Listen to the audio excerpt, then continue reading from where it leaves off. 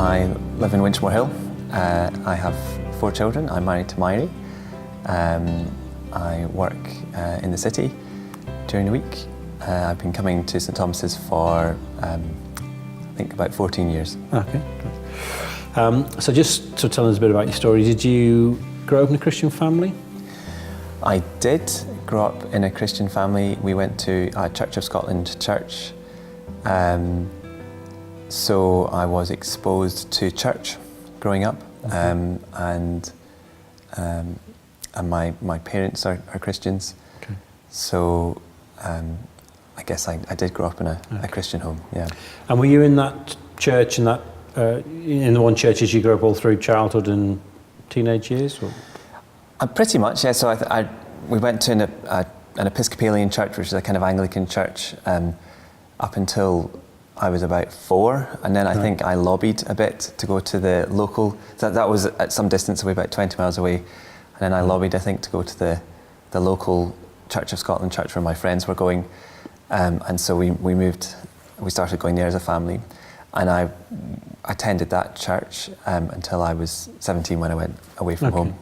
And so through childhood and teenage years, were you going along to church quite happily, or did you need to be? I was pushed? No,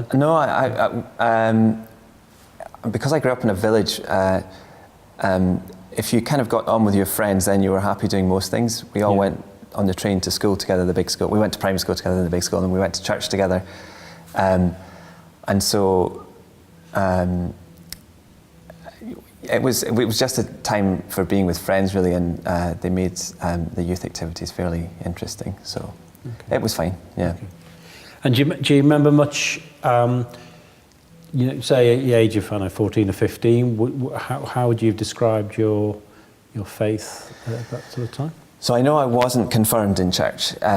My friends, maybe when we would have been 15 or 16, we kind of reached that point where normally people went through confirmation, and I chose not to be confirmed. And I remember asking the minister, I don't know why I shouldn't be another religion, and I genuinely didn't know the answer, and to be honest, I'm not sure he knew the answer either at the time. I didn't get a good answer, so I knew that I wasn't, I hadn't understood enough, or didn't feel enough, or I wasn't a Christian. I wasn't. I guess I couldn't see why I should be a Christian rather than anything else. I was just trying to understand more about the world, and I was not in a position where I was ready to call myself a Christian. Okay, yeah. That's interesting. But there wasn't any sort of specific sort of incidents of rebellion or rejection. It was just that as you grew through those years, questions were emerging that you weren't really getting answers to. Is that? Yeah, I don't think I was all that rebellious. So there were no windows smashed or anything. I just I was questioning. I was certainly questioning, and I was curious about the world outside my village, maybe. And I had read good Christian books. There was a Baptist church in the town next to ours, and my mum would occasionally pick up books from there, and so I would read books like The Cross and the Switchblade. I remember reading that, and some others, and that had given me an insight into the lives of other Christians. So that was, I guess I knew I wasn't like them. Yeah. Okay. And so after school, where did you go to university after school? I did, yeah. And so when you went to university, did you continue to go to church, or was that a break from church, or what happened there? That was mostly a break. So there was a church nearby where I was living, and I occasionally went there. And looking back, it was quite a good and helpful church. But on the whole, I did not go to church when I was at university. Okay. I met Myri, who's now my wife at that time, and she would go to the kind of Catholic chapel, and they had a wonderful sense of community there, so I occasionally went there as well, but on the whole didn't go to church. Okay. And so at university, would your what had been a kind of questioning teenage year become more kind of a pronounced. I mean, if I'd met you again at university, would you have said you were agnostic, or how would you describe yourself? I don't know what I would have said. Nobody really asked. So I knew I wasn't a Christian because I was in some lovely people invited me for lunch at the church I occasionally went to, the good church I occasionally went to, and I think when I went I was just obnoxious, and I argued with what they were saying, and I'm quite embarrassed looking back as to how I was then, and it was when I left university that I actually maybe a couple of years after, slightly less, I decided I was going to be an atheist, actually. So that was when I really thought, do you know what? I just need to move on completely from Christianity. Right. Mm. How long did that last? A few months, I think. I mean, it's not like I was thinking about it all the time. No. But I think, probably. So what happened to start changing things?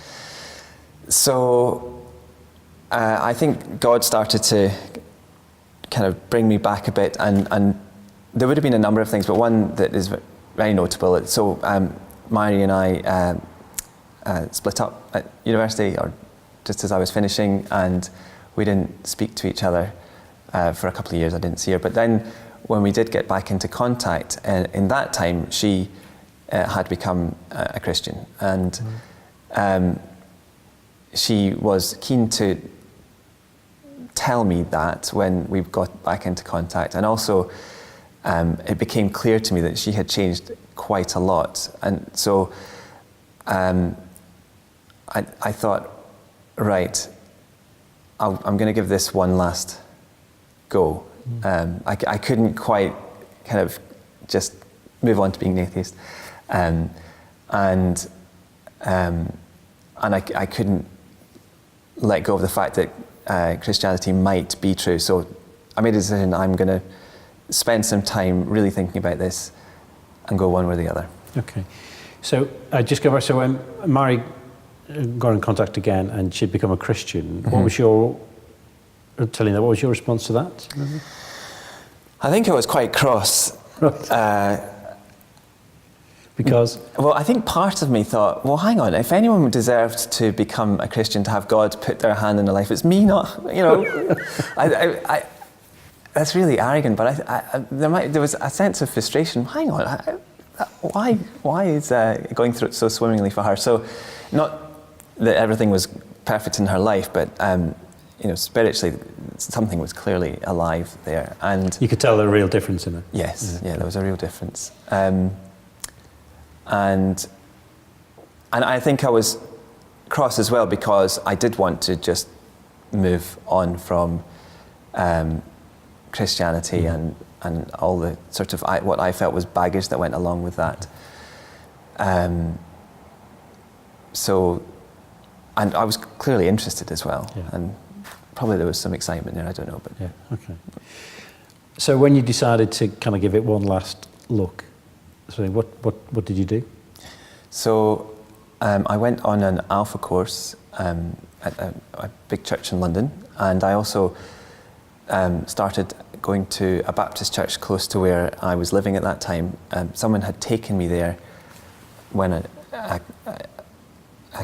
a year and a half before, something like that, quite randomly. They invited me for lunch when I was someone who I worked with had invited me for lunch, and he invited me to go to church first and then there. So that I knew about this church, and I then moved into the area.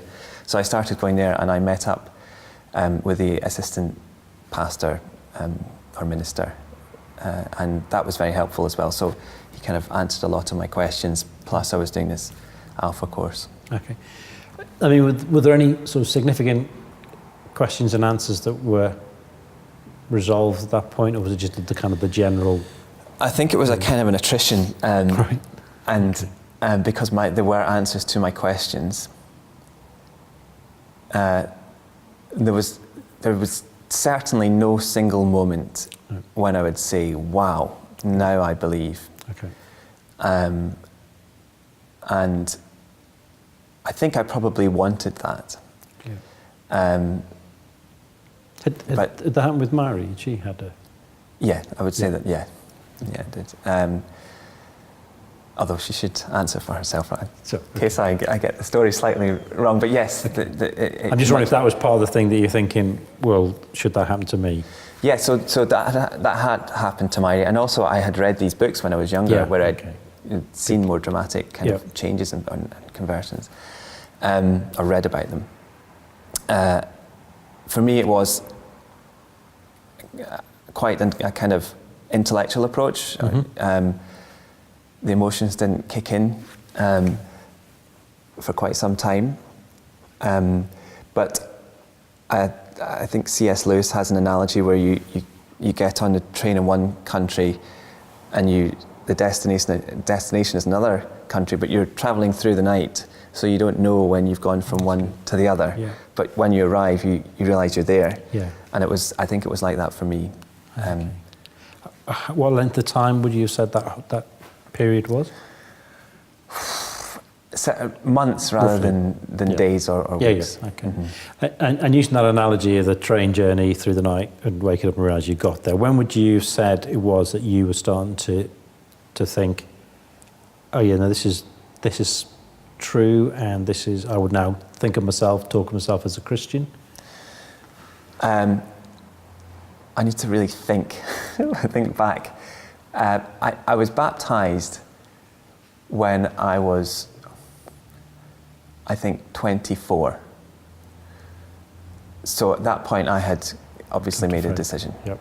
And I remember feeling really black before that, the weekend, just thinking, I felt very heavy in my spirit.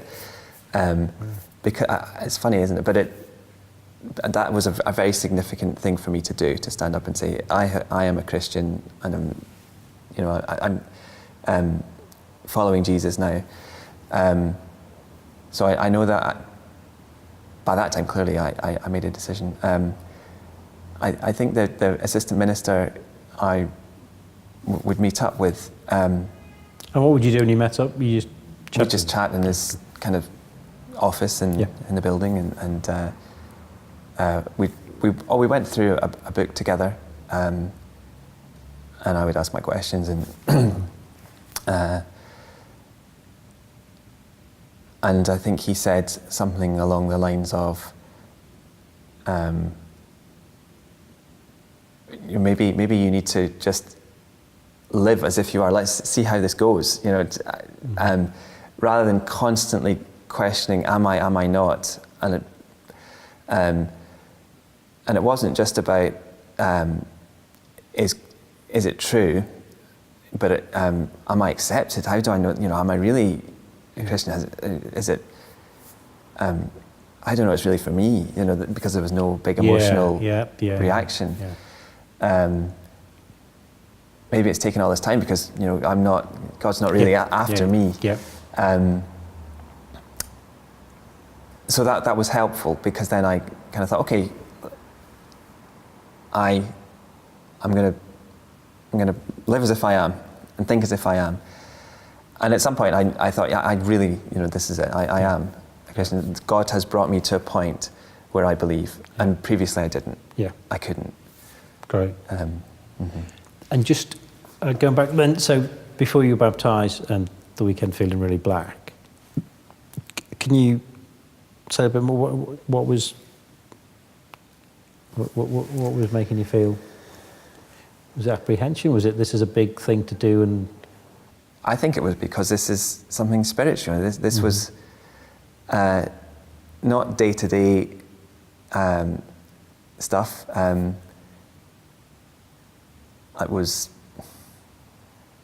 It went to the heart of who I am and my relationship with God, and it makes sense to me to think of it as a kind of spiritual battle. It was a big thing for me to stand up and say, I am a Christian, I belong to Jesus, not to myself. Because you said earlier that kind of in terms of the process for you, is the primary sort of driving thing was intellectual and trying to think things through. Would you? Yes. Was there a sort of an emotional engagement that came later? Yes. So I feel I've had the emotions have not remained constant, but I've had times of a sense of peace and joy because I belong to God, and of thankfulness for Him kind of not giving up on me. Yeah. So yes, I can't say here was a time when I was just overflowing. There was nothing I could do except just sing praises. But I know there have been times when I've felt very, great joy, and I clearly part of that is my personality. I'm not very expressive emotionally, and I think that an encouraging thing for me is that as I continue as a Christian, the emotional part of me is more and more engaged. Okay. And I think I'm still a work in progress, as opposed to the finished article. So, yeah. Okay. And again, just going back, so with you growing up in church through childhood and teenage years, and then kind of coming back to it later, particularly at the Alpha Course and the Baptist Church and so on, did you recognise the same Christian message that you'd been taught all through the years, or was it later on that you were hearing things, maybe you had heard them before, but they're not, as though you're hearing them for the first time, or? The message of grace is not something I had understood. So at university, I definitely didn't understand grace. That all the work is done by God, and all we have to do is accept His grace, His love for us. Jesus died for me, and it's not about what I have done or will do or might do for Him. So that very simple message of the cross had not penetrated. It hadn't reached my heart, and I think in my that message would have maybe there were maybe opportunities for me to hear that growing up, but somehow it didn't. I didn't get it. Okay. Even after becoming a Christian, I've needed to be reminded of that. It's so it's so easy to just kind of lose sight of the fact, no, God's done it all. Jesus has. That's why He died. That's why He sent His Son. So that was something that somehow didn't go through, or at times probably wasn't clearly communicated as well. And that's key. That's what it's all about. So great. Okay. And just one more question. So if somebody was watching this and they're thinking, I'm not sure if I'm a Christian or not, or maybe one of the questions is, I've not had a kind of definite conversion experience. Mm-hmm. What would you say to them? So I would say, don't look for a definite conversion experience. That's not how God always operates. And people come to faith in many, many different ways. Mm-hmm. I would encourage them to think about, have they understood that God sent His Son to die on that cross and be punished so that they can stand before God as if they've never done anything wrong, because God sees Jesus and not them. Have they understood that? Do they believe it? Do they? then encourage them to think, well, yeah, if you're trusting in Jesus, so that when you can stand before God and He sees you as perfect because Jesus is there, then you are His. You're a Christian, and of course, there's many different ways you can say that, but that would be, I think, what I would want to say to them, and just to be thankful for that, for what Jesus has done for them, and to then live as a Christian, live as His, and yeah. That's great.